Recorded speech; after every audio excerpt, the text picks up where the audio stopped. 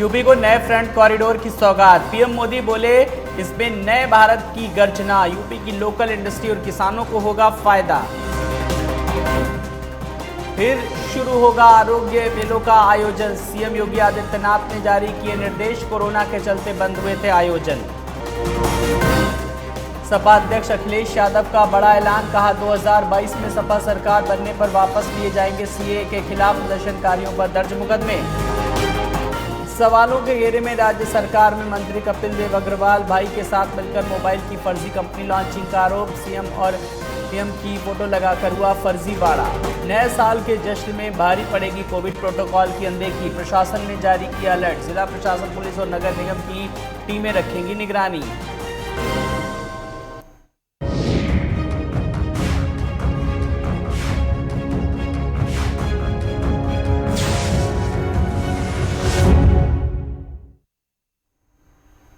नमस्कार, आप देख रहे हैं यूपी लाइव। मैं हूं आलोक। मऊ से इस वक्त एक बड़ी खबर आ रही, जहां पर सीएम का अफसरों को ग्राउंड जीरो में भेजने का दिखा असर। तो नोडल अफसर ने गौशाला का निरीक्षण किया और मानक विहीन हो रहा था गौशाला का निर्माण। वहीं नोडल अफसर ने जिम्मेदारों को जमकर फटकार लगाई। आपको बता दें कि प्रोजेक्ट मैनेजर और ठेकेदार से रिकवरी का आदेश भी दिया। 1 करोड़ 20 लाख की लागत से बनी गौशाला, नोडल अफसर के आदेश पर ठेकेदार को फिलहाल हिरासत में लिया गया। मुकेश मिश्राम है जिले के नोडल अफसर। तो लगातार जो मॉनिटरिंग की जा रही है उसके जरिए जो लूप होल्स हैं, और सबसे बड़ी बात कि ग्राउंड जीरो पर जा करके सारी चीज़ों को मॉनिटरिंग के लिए अधिकारियों को दिशा निर्देश दिए गए, जिसके तहत लगातार काम जारी है। मऊ से इस वक्त की बड़ी खबर, जहां पर नोडल अफसर के आदेश पर ठेकेदार को हिरासत में लिया गया है। मुकेश मिश्राम हैं जिले के नोडल अधिकारी।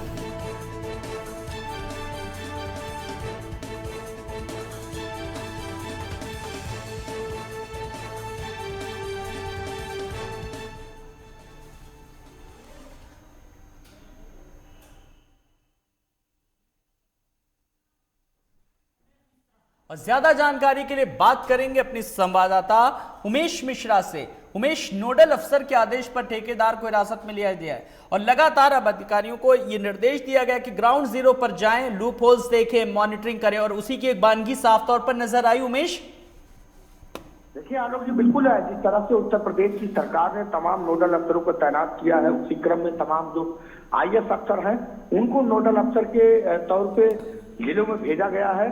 और यही वजह है कि आप देखिए जिस तरह से जो मुकेश मेश्राम है, प्रमुख सचिव हैं, वो जिले के नोडल हैं मऊ के, और वहां पर वो पहुंचे थे। और उसके बाद जो है उन्होंने वहां पर जब वो निरीक्षण कर रहे थे, गौशाला निर्माण में खराब सामग्री का इस्तेमाल पकड़ा गया। विभाग के प्रोजेक्ट मैनेजर और ठेकेदार को रिकवरी का भी आदेश है।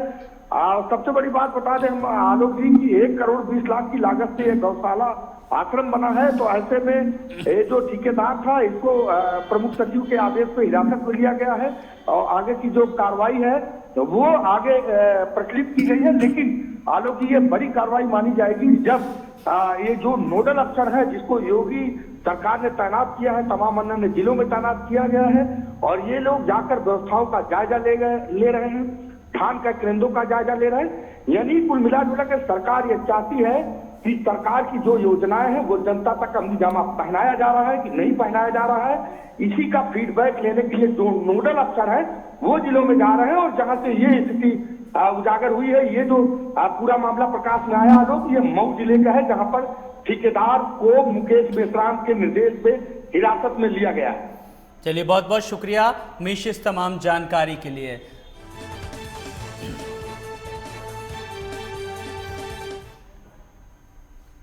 वहीं लखनऊ में मुनव्वर राणा की बेटी सुमैया राणा सहित विभिन्न दलों के कई नेता समाजवादी पार्टी में शामिल हुए। इस मौके पर पार्टी के राष्ट्रीय अध्यक्ष अखिलेश यादव ने सभी को पार्टी की सदस्यता दिलवाई। समाजवादी पार्टी में शामिल होने वालों में गोंडा से बीएसपी के लोकसभा प्रत्याशी रहे मसूद आलम खान, बीएसपी के लालचंद गौतम व खुदीराम पासवान सहित कई नेता व कार्यकर्ताओं ने सपा की सदस्यता ली।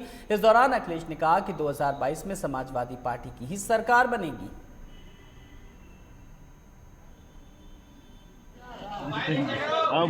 पिछले साल 14 दिसंबर को जब सीएनआरसी की सुपुर्दगाहट हो रही थी, उस वक्त में माननीय श्री अखिलेश यादव जी, राष्ट्रीय अध्यक्ष श्री अखिलेश यादव जी ने हम लोगों का सहयोग किया था, हमें मजबूती दी थी और इस बात का वादा किया था कि मैं पहला व्यक्ति हूँगा जो एनपीआर के पेपर नहीं भरूंगा। उसी वक्त ये बात में हमारे दिल को छू गई थी कि हम लोगों को तमाम मुकदमे हुए सीएनआरसी में, अखिलेश यादव जी ने, शिवराज सिंह जी ने उन मुकदमों में लोगों को छुड़ाया, मदद की, माली मदद की, वकील लगाए। तो ये सब कुछ और जो महिलाओं के प्रति जो सम्मान नेताजी का था, वही सम्मान श्री राष्ट्रीय अध्यक्ष श्री अखिलेश यादव जी आगे लेकर के चल। वहीं बरेली के हाफिजगंज थाना क्षेत्र में 6 साल की मासूम के साथ दुष्कर्म का मामला सामने आया। बता दें कि परिजनों के तहरीर पर पुलिस ने गांव के युवक के खिलाफ मुकदमा दर्ज कर लिया और मासूम को मेडिकल परीक्षण के लिए अस्पताल भेज दिया गया। वहीं इस मामले पर पीड़िता के पिता ने बताया कि बीते दिनों उसकी 6 वर्षीय बेटी घर के बाहर खेल रही थी, तभी पड़ोसी युवक ने टॉफी दिलाने का बहाना करते हुए उसे गन्ने के खेत में उठाकर ले गया और उसके साथ दुष्कर्म की वारदात को अंजाम दिया। आपको बता दें कि घटना के बाद से आरोपी फरार चल रहा है। वहीं एसपी ग्रामीण का कहना है कि मामला दर्ज कर लिया गया और आरोपी को गिरफ्तारी करने की कोशिश की जा रही है।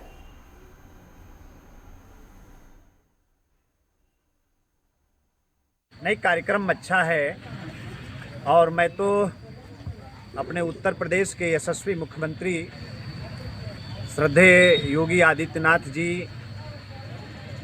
को मैं बहुत हृदय से बधाई देना चाहता हूं।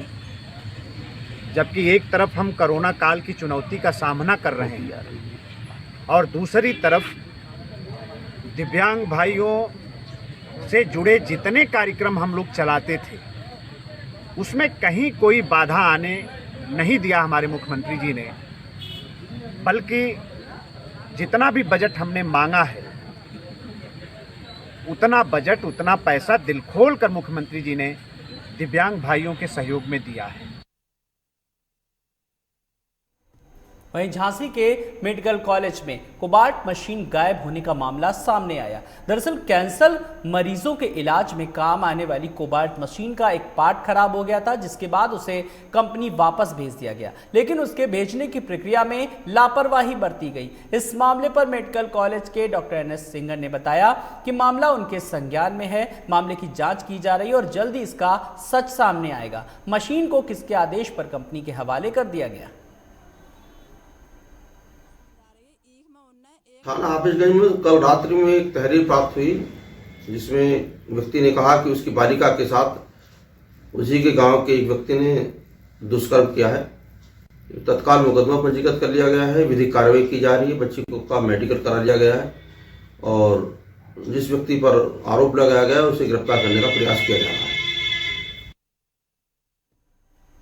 वहीं चंदौली के सकलडीहा ब्लॉक पर कैबिनेट मंत्री अनिल राजभर ट्राइस्किल विशेष वितरण कार्यक्रम में पहुंचे, जहां उन्होंने ट्राइस्किल का वितरण किया।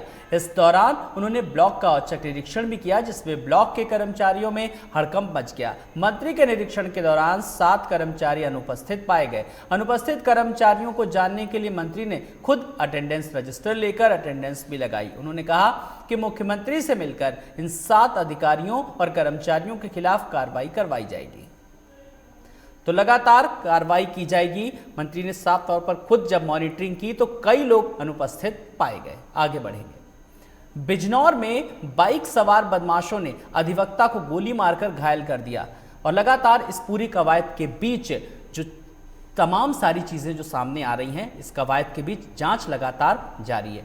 और इस बीच आपको ये भी बता दें कि बिजनौर का मामला सामने आने के बाद लगातार सतर्कता बरतने की बात की जा रही है। एहतियात के तौर पर लगातार सावधानी बरती जा रही है। आगे बढ़ेंगे। झांसी के मेडिकल कॉलेज से कोबाल्ट मशीन गायब होने का जो मामला, जैसा कि हमने आपको बताया, दरअसल कैंसर मरीजों के इलाज में काम आने वाली कोबाल्ट मशीन का एक पार्ट खराब हो गया था, जिसके बाद उसे कंपनी वापस भेज दिया गया, लेकिन उसके भेजने की प्रक्रिया में लापरवाही बरती गई। अब इस मामले में मेडिकल कॉलेज के डॉक्टर NS सिंगर ने बताया कि मामला उनके संज्ञान में है, मामले की जांच की जा रही।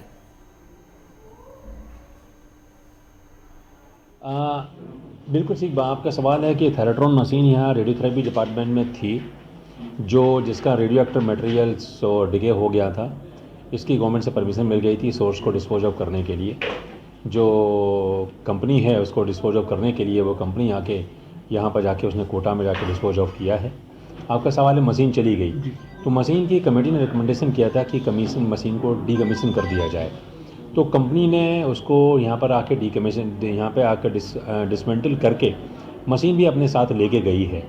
अब ये जैसा आपने सवाल उठाया है कि मशीन क्यों चली गई यहाँ से, किसकी परमिशन से गई है, इसमें डीएम साहब ने भी एक कमेटी बिठाई हुई है और प्रधानाचार्य ने भी ये कमेटी बिठाई है किसके ऑर्डर से कैसे यह मशीन चली गई, कंडम हुई है या कंडम नहीं हुई है, कंडम की प्रक्रिया अपनाई गई है नहीं अपनाई गई है। बिजनौर में बाइक सवार बदमाशों ने अधिवक्ता को गोली मारकर घायल कर दिया। गोली अधिवक्ता की कमर में लगी जिससे वो गंभीर रूप से घायल हो गए। पूरा मामला सिविल लाइन थाना कोतवाली कालरा गेस्ट हाउस के सामने का है, जहां बाइक सवार अज्ञात बदमाशों ने अधिवक्ता विनोद तोमर को गोली मार दी। वहीं गंभीर रूप से घायल अधिवक्ता ने घर जाकर परिजनों और पुलिस को सूचना दी, जिसके बाद परिजनों ने जिला अस्पताल में भर्ती कराया, उसमें से मेरठ रेफर कर दिया गया। वहीं मौके पर क्षेत्राधिकारी नगर प्रभारी निरीक्षक कोतवाली पहुंचे और पुलिस मामले की सीसीटीवी फुटेज के आधार पर जांच कर रही है। 8 बजे की करीब विनोद तोमर जी वो अपनी स्कूटी से घर की तरफ जा रहे थे। उन्होंने बताया कि उनके बैक साइड में गोली लगी है और इस संबंध में मुकदमा अपराध संख्या 861/20 कायम कर दिया गया है। अज्ञात में और अन्य साक्ष्य संकलन किए जाने, सीसीटीवी फुटेज देखे जा रहे हैं और नियमानुसार आवश्यक कार्रवाई।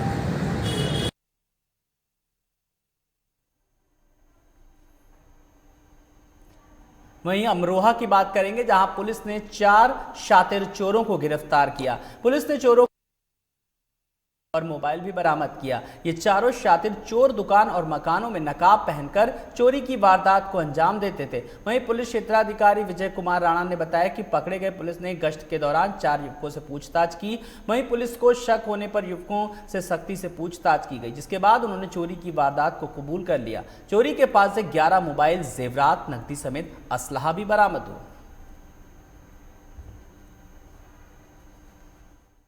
2 दिन पूर्व कोतवाली देहात थाना क्षेत्र में एक चोरी हुई थी मोहल्ला सुबोध नगर में, जिसमें करीब 1 लाख का सामान चोरी कर लिया गया था।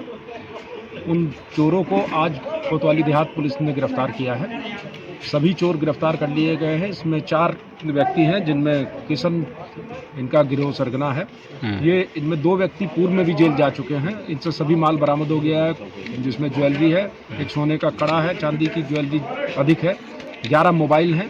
इनके पास से 2 तमंचे व 1 चाकू भी बरामद हुआ है। सभी को विरुद्ध मुकदमा पंजीकृत करके जेल भेजा जाएगा। सीतापुर में एक कोतवाल कवि का वीडियो सोशल मीडिया पर जमकर वायरल हो रहा है। दरअसल ये कोतवाल धर्मराज उपाध्याय एसपी ऑफिस में तैनात है, जिन्होंने अपनी कविता के जरिए मुन्ना बजरंगी और छोटा राजन जैसे दुर्दांत अपराधियों के नाम से डाक टिकट जारी करने वाले लापरवाह अधिकारियों और कर्मचारियों को नसीहत दे डाली। अब ये सोशल मीडिया पर काफी ट्रेंड कर रहा है।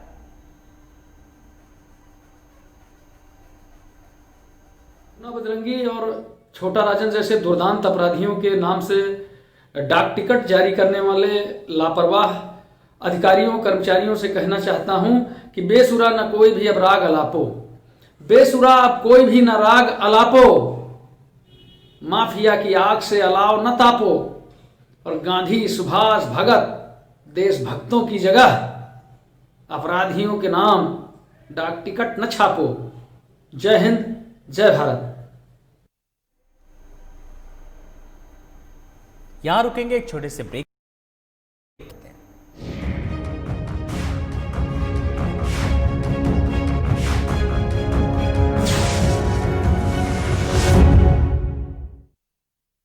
सपने देखने की कोई उम्र नहीं होती। सपने देखिए, हर उम्र में देखिए। इसलिए दर्द से हारना नहीं है, दर्द को हराना है। घुटना, कंधा या कमर, चाहे जैसा हो दर्द, डॉक्टर ऑर्थो आपको देता है दर्द से पूरी आजादी, एक भरपूर जिंदगी। ये कोई टेम्परेरी पेन किलर नहीं, आयुर्वेदिक औषधि है।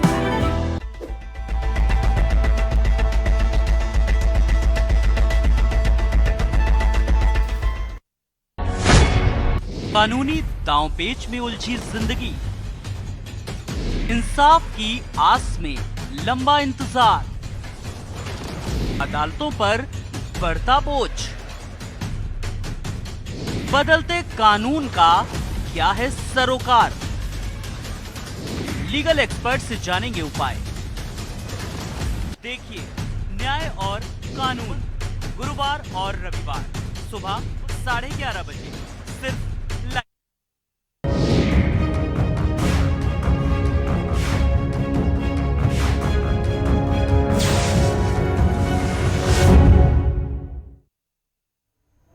स्वागत है ब्रेक के बाद। कन्नौज के ठठिया क्षेत्र में जमीन पर कब्जे को लेकर दो पक्षों के बीच खूनी संघर्ष हो गया। पूरा मामला ठठिया थाना क्षेत्र के मदेपुर गांव का है, जहां दो पक्षों के बीच जमकर खूनी संघर्ष हुआ। दोनों तरफ से लाठी के साथ साथ जमकर धारदार हथियार चले, जिसमें 11 लोग गंभीर रूप से घायल हो गए। घायलों को इलाज के लिए अस्पताल में भर्ती कराया गया। बताया जा रहा है कि जमीन के पट्टे को लेकर दो पक्षों में पिछले कुछ समय से आपस में लड़ाई चली आ रही थी। इसी मामले ने इतना तूल पकड़ा कि दोनों पक्षों के दर्जनों लोग एक दूसरे पर लाठी डंडे लेकर टूट पड़े। मारपीट की पूरी घटना वहां मौजूद किसी ग्रामीण ने कैमरे में कैद कर ली और उसको सोशल मीडिया पर वायरल कर दिया। घटना की जानकारी जैसे पुलिस को लगी, पुलिस ने आनन फानन में मौके पर पहुंचकर उपद्रवियों को खदेड़ दिया। वहीं पुलिस अधीक्षक ने वीडियो के आधार पर कार्रवाई करने की बात की। जनपद कन्नौज के थाना ठठिया क्षेत्र के मधेपुर गांव में एक मारपीट का वीडियो संज्ञान में आया है, जिसमें लोग मारपीट करते हुए दिखाई दे रहे हैं। इस संबंध में वीडियो की जांच की गई तो पता चला कि जमीनी विवाद को लेकर के उनके बीच में लड़ाई हुई थी। इस संबंध में अभियोग पंजीकृत कर लिया गया है और कठोरतम धाराओं में कार्रवाई की जाएगी। अभी तक प्राप्त सूचना के अनुसार उसमें जो है करीब 9 लोग आपस में मारपीट करते हुए दिखाई दे रहे हैं, जिसके संबंध में अभियोग पंजीकृत कर बहुत कठोर कार्रवाई की जाएगी। बागपत के बड़ौद कोतवाली के मलकपुर गांव में एक व्यक्ति की ईंटों से पीट कर हत्या कर दी गई। दरअसल पूरा मामला बड़ौद कोतवाली के मलकपुर गांव का है, जहां गांव के एक खाली मकान में एक शख्स का शव पड़ा मिला। वहीं शव मिलने से इलाके में हड़कंप मच गया। उसकी हत्या ईंट से पीट कर की गई। उसके सिर पर ईंट से प्रहार किए जाने के निशान भी थे। वहीं सूचना पर पहुंची पुलिस ने शव को कब्जे में लेकर पोस्टमार्टम के लिए भेज दिया। मृतक के पुत्र ने एक आरोपी को नामजद करते हुए तहरीर दी। पुलिस आरोपी की तलाश में जुटी है। बताया जा रहा है कि रात में शराब को लेकर आपस में उसका विवाद हुआ, जिसके बाद उसकी हत्या कर दी गई। ये धर्मेंद्र इसको बेला फुसला कर ले गया मोहल्ले में से लगभग 5:30 बजे। धर्मेंद्र पुत्र कृष्णपाल। क्या हुआ? इसके साथ में वहाँ जाकर इन्होंने 3-4 साथी और थे, कहीं घटना को अंजाम दिया, इसको मार दिया वहाँ चौपाल में ले जाकर। दारू पी कर मारा। उनके साथ में नहीं, इसको बुला के ले गया। क्या दोस्त नहीं, कभी कवा सुनी होगी माड़ी मोटी। आगे बढ़ेंगे। जम्मू कश्मीर के शोपियां में आतंकी मुठभेड़ में मेरठ का एक जवान शहीद हो गया। जवान की शहादत की खबर मिलते ही पूरे गांव में शोक की लहर दौड़ गई। दरअसल जवान मेरठ के मुंडाली थाना क्षेत्र का रहने वाला था, जो कि आतंकी मुठभेड़ में घायल हो गया, जिसके बाद उसे श्रीनगर के अस्पताल में भर्ती कराया गया था। लेकिन 28 दिसंबर को उपचार के दौरान उनकी मौत हो गई, जिसके बाद जवान का पार्थिव शरीर उनके गाँव आएगा और उनका राजकीय सम्मान के साथ अंतिम संस्कार किया जाएगा। बता दें, इस मुठभेड़ में 2 आतंकवादियों को सुरक्षा बलों ने ढेर किया था। आतंकियों के कनीराम में छिपे होने की सूचना मिलने पर सुरक्षा बलों ने संयुक्त रूप से तलाशी अभियान बताया। इस दौरान आतंकियों ने छिपकर सुरक्षा बलों पर फायरिंग शुरू कर दी। काफी देर तक चली मुठभेड़ में 2 आतंकी तो मारे गए थे, लेकिन इस अभियान के दौरान तोमर बुरी तरीके से जख्मी हो गए थे। आपको कैसे पता चला और कब पता चला? ये हमें आज पता लगा सुबह 4:30 बजे। कब की घटना थी ये? 25 तारीख की घटना आज आपको पता चल रही है? 25 तारीख तक किसी ने कोई सूचना नहीं दी और कोई अधिकारी अब तक नहीं आया। अनिल कुमार नाम है, अनिल कुमार तोमर। कब से थे वो फौज में? 2000 से। आपको कैसे पता सूचना मिली आपको कि ये दुखद घटना हुई है? भाई एक लड़के का अलग से वैसी फोन आया, अलग से अपने घर दूसरे गांव का, वहां से बात हो तो हम तक आई। उन्हें हमें क्लियर नहीं बताई वैसे। देश भर में चल रहे किसान प्रदर्शन के चलते जगह जगह राजनीतिक पार्टियां अपनी रोटियां सेक रही हैं। इसी के चलते रालोद नेता राकेश टिकैत ने ब्राह्मणों पर विवादित बयान दिया, जिसके बाद भारतीय किसान यूनियन अध्यक्ष नरेश टिकैत ने नया विवाद शुरू कर दिया। दरअसल बागपत जनपद के कानड़ गांव में चौगमा क्षेत्र के किसानों की पंचायत में शामिल हुए नरेश टिकैत कमल के फूल वाले किसानों के गांव में नो एंट्री करने की बात कही। नरेश टिकैत ने कहा, किसानों को बर्बाद करने वाला कृषि कानून है ये। सरकार किसानों पर थोपना चाहती है, लेकिन किसान किसी भी कीमत पर इस काले कानून को स्वीकार नहीं करेंगे। अयोध्या में बाबरी मस्जिद के मुख्य मुद्दाई रहे इकबाल अंसारी ने धन्नीपुर में बन रहे मस्जिद के नक्शे का विरोध किया। उनका कहना है कि सुन्नी सेंटर वक्फ बोर्ड के चेयरमैन जफर फारूकी ने मस्जिद का जो नक्शा बनाया है वो विदेशी है, जिसके चलते हमारे संवाददाता महेंद्र त्रिपाठी ने उनसे कुछ बातचीत की। सुनिए उन्होंने क्या कुछ कहा। हम मौजूद हैं बाबरी मस्जिद एक्शन कमेटी के मुख्य मुद्दई रहे इकबाल अंसारी जी के पास। इकबाल जी, लाइव टुडे में आपका स्वागत है। इस समय आप जो धन्नीपुर में भारत सरकार की तरफ से ज़मीन मिली है मस्जिद की, और उसमें आप उसका विरोध कर रहे हैं कि नक्शा सही नहीं है, उसकी डिज़ाइन सही नहीं, क्या मामला है पूरा? देखिए, सवाल अयोध्या का है, सवाल मस्जिद का है। सुप्रीम कोर्ट ने बाबरी मस्जिद का जो फैसला हुआ, सुप्रीम कोर्ट ने 5 एकड़ ज़मीन दे दिया मस्जिद के लिए। मस्जिद जो है बनाई जा रही है और उसके अंदर में जो कुछ भी हो रहा है बेहतर ही हो रहा है, लेकिन जो है विरोध हिंदुस्तान के मुसलमानों का मस्जिद के नक्शे पे है। क्योंकि हमारे जो देश की परंपरा है वो मंदिर का शिवाला होता है, उससे उसकी पहचान होती है। सिखों का गुरुद्वारा होता है, उस बिल्डिंग की पहचान गुरुद्वारे के शक्ल में देखी जाती, चाहे वो सिख का हो, चाहे ईसाई का हो, चाहे हिंदू का हो, चाहे मुसलमान का हो। मस्जिद, मंदिर, गुरुद्वारा ये सबकी अपनी खुद की पहचान है। आज जफर फारूकी नक्शा विदेशी लाए हैं, केवल ये हाईलाइट होने के लिए लाए हैं, प्रचार करने के लिए लाए हैं, और इनको जो करना था ये मस्जिद के तरीके होना चाहिए। मस्जिद पिकनिक जो है मनाने के लिए नहीं होती। मस्जिद का मतलब होता है कि लोग नमाज पढ़ेंगे, अल्लाह को याद करेंगे, और मस्जिद के अंदर मीनार भी होती है, तो लोग दूर से देखने पे ये होता है कि मालूम कि हाँ ये मस्जिद है, ये मंदिर है, मंदिर में शिवालय होते हैं। तो जो हमारे यहाँ की हिंदुस्तान की तहजीब है उसी के दायरे में मस्जिद भी होनी चाहिए, क्योंकि हिंदुस्तान का मुसलमान ये चाहता है कि गरीब हो चाहे अमीर हो, जो पैसा हमें जो पैसा मस्जिद के लिए आवे वो पैसा जायज जगह लगे, न कि वो पैसा फजूल खर्च किया जाए। जो नक्शा वो जो है दिखा रहे हैं, पूरी दुनिया में ऐसी कहीं मस्जिद है ही नहीं, क्योंकि मस्जिद में लोग नमाज पढ़ने के लिए जाते हैं। नमाज जब लोग पढ़ने तो बिल्डिंग की पूजा करने नहीं जाएंगे, वो सीधा सीधा है कि लोग अल्लाह को याद करने के लिए मस्जिद में साफ सुथरा होनी चाहिए और वहाँ सुकून होना चाहिए। तो ये है बाबरी मस्जिद के मुद्दई रहे इकबाल अंसारी, जो कह रहे हैं कि जो धन्नीपुर में मस्जिद भारत सरकार के द्वारा बनाई जा रही है, उनका कहना है कि वो नक्शा ही बिल्कुल विदेशी है और हिंदुस्तान की तहजीब के अनुसार नहीं है, ना ही उसमें वो चीज़ें दिख रही है कि दूर से देखने पे वो मस्जिद लगे। वो ये भी कह रहे हैं जैसे राम मंदिर का नक्शा बना है, राम मंदिर ही जैसा बन रहा है और राम मंदिर सबको देखने में भी लग रहा है, उसी तरीके से ये धन्नीपुर में अगर मस्जिद बन रही है तो भी मस्जिद जैसी ही देखनी चाहिए। और इस नक्शे का वो भरपूर विरोध कर रहे हैं, कह रहे हैं पूरे हिंदुस्तान के मुसलमान भी इसका विरोध कर रहे हैं। ऐसे में ये जो मस्जिद बन रही है वो भी आने वाले दिनों में बिना नक्शा नया बनाए अब इसका विरोध भी जारी रहेगा। Mahendra Tripathi, live today, Ayodhya.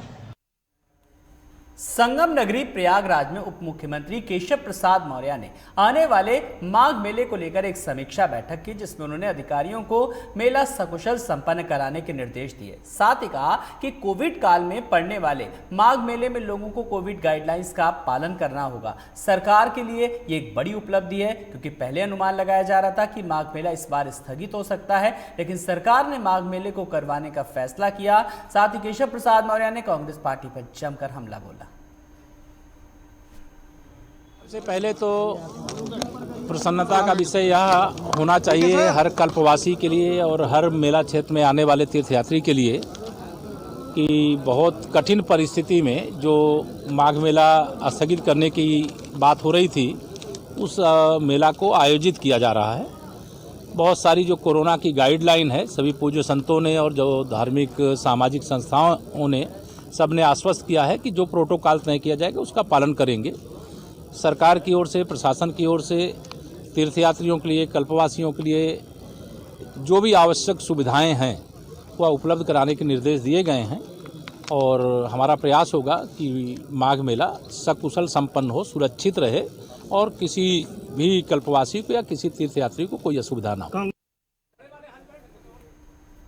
आगरा में इन दिनों जेल कैदियों ने एक अनूठी पहल शुरू की। यहाँ की केंद्रीय कारागार में इसमें 2 दर्जन से ज्यादा कैदी फर्नीचर उद्योग से जुड़े हैं। जेल प्रशासन ने बंदियों के पुनर्वास की योजना के तहत फर्नीचर उद्योग शुरू किया था। इसका मकसद बंदियों के सजा काटकर बाहर निकलने के बाद उन्हें पुनर्स्थापित करना है। इस साल कोरोना संक्रमण के चलते जब सारे उद्योग मंदी की मार से जूझ रहे थे, तो वहीं जून में अनलॉक होने के बाद अक्टूबर के दौरान सेंट्रल जेल के बंदियों को 53 लाख रुपए से ज्यादा का फर्नीचर बनाने का ऑर्डर मिला। उन्होंने इसे बनाकर झांसी, ललितपुर, गौतम बुद्ध नगर, हाथरस की अदालतों को भेजा। वहीं साल 2019 में फर्नीचर उद्योग को 1 करोड़ रुपए से ज्यादा के ऑर्डर मिले। उन्होंने इतने बड़े ऑर्डर को निर्धारित समय में तैयार करके संबंधित जिलों की अदालतों को भेजा था।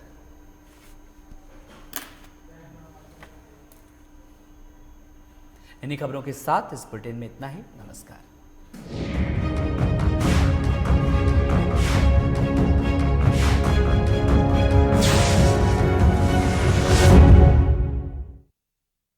घुटना